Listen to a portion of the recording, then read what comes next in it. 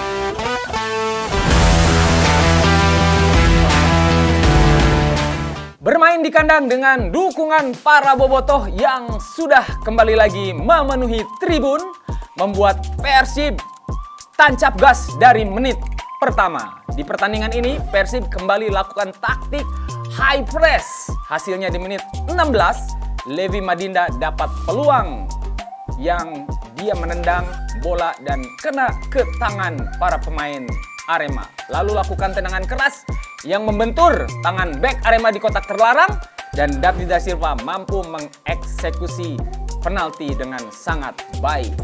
Persib 1, Arema 0. Namun tak berselang lama, taktik high press Persib jadi bumerang.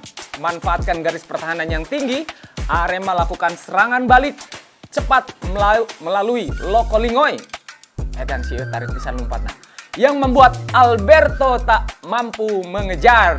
Loko Lingoy lakukan tendangan tapi berhasil ditepis oleh Teja. Namun sayang, bola muntah jatuh tepat di kaki Dedik Setiawan dan langsung berubah menjadi gol. Persib 1, Arema 1. Di menit ke-27, Persib menyerang kembali melalui kerjasama apik duo Brazil. Umpan 1-2 David dan Ciro repotkan pertahanan Arema. Dan kali ini Ciro berhasil membuat Persib kembali unggul dengan gol yang edan pisan ngeunaheun cantik. Persib 2, Arema 1. Di babak kedua, Arema berusaha mengejar ketertinggalan dengan memasukkan Dendi Santoso dan bermain lebih menyerang. Dan hasilnya di menit ke-55, Gustavo Almeida si ieu deui kembali jadi mimpi buruk Persib dengan skill individunya. Emang katingali sih ngalewati beberapa pemain, dia berhasil lewati kawalan Alberto dan Putu Gede, lalu lesakan tendangan keras yang menggetarkan gawang Teja Paku Alam. Ini membuat saya kesal, ditambah dari pas gol eta kehalangan ku tembok stadion. Persib 2, Arema 2. Setelah gol ini Arema bermain bertahan dan gogoleran. Di sisi lain Persib terus berusaha menyerang. Tapi sayang tidak ada gol lagi yang tercipta hingga laga usai. Padahal peluang sangat banyak sekali. Etam, you be a better next match. Lamun bola sirah, kusirah tam. Ulah kusuku, ya. Seusai laga, Boyan Hodak berkomentar, Persib dihukum dengan 2 kesalahan pertahanan, yang dimana harusnya Persib bisa menang jika melihat peluang yang dimiliki. Dan jauh-jauh hari Bojan sudah memprediksi Gustavo Almeida akan berbahaya bagi Persib. Aing geus diprediksi atau coach Bojan nah teh ditempel ku tiluan tah si Almeida teh nya. Dengan perolehan 1 poin ini, Persib gagal mendekati pemuncak klasemen Borneo FC dan terancam turun ke posisi 3 apabila di laga nanti Bali United menang melawan Borneo FC. Mudah-mudahan 2 anak kalah lah. Bisa tanya? Oh mungkin ya. Berbagi 1 poin lah ya, supaya Persib tetap ada di nomor 2 ya. Tapi bukan itu saja, hal yang disayangkan karena ada 2 kontroversi keputusan wasit di laga Persib versus Arema. Ya kita tidak bisa berharap banyak kepada kepada wasit ya. Kita harus berharap banyak kepada Persib, tapi di situ ada wasit. Nah, kita tidak bisa berharap banyak kepada wasit karena keputusan wasit hanya si eta jeung Tuhan tahu ya. Pertama, handball yang tadi anggap. Pada babak pertama, ketika Ciro lakukan penetrasi ke kotak penalti, lalu lakukan tendangan yang membentur tangan Charles Almeida, wasit ambil keputusan tidak penalti. Padahal namun kita melihat di tayangan ulang, eta jelas-jelas pisan kanu leungeunna tah. Jadi ke depan memang harus ada VAR ya, supaya ada wasit tambahan. Jadi kayak kita tanya, set cek wasit eta. Hands ya. Jadi tidak ada kata untuk menolak kalau sudah ada di VAR. Berdasarkan pasal 12 Law of the Game tentang pelanggaran dan kesalahan, disebut handball jika sengaja menyentuh bola dengan tangan, misalkan menggerakkan tangan atau membentuk tubuhnya secara tidak wajar untuk menghalangi bola. Dan ini disebut unnatural bigger. Lalu ada lawannya yaitu natural bigger. Contohnya seperti di laga AS Roma melawan Sevilla pada menit 81. Tendangan jelas mengenai tangan, namun wasit menganggap ini tidak penalti dan dikonfirmasi oleh VAR. Liga Indonesia kudu aya VAR. Ini karena tangan bek saat itu lakukan gerakan menghindari bola. Menurut peraturan terbaru, ini dianggap natural bigger yang artinya tidak handball.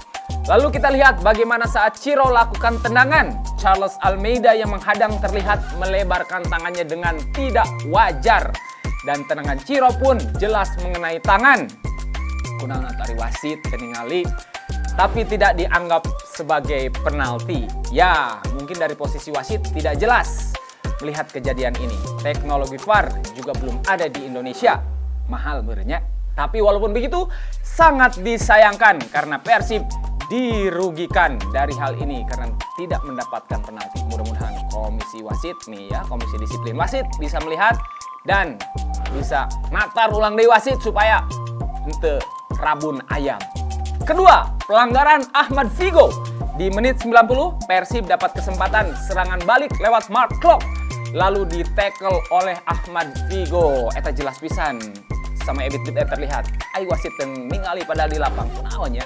Wasit memang menganggap itu pelanggaran tapi tidak memberikan kartu yang dimana harusnya itu jadi kartu kuning kedua bagi Ahmad Figo. Eta jelas pisan. Kunaon atuh wasit teh?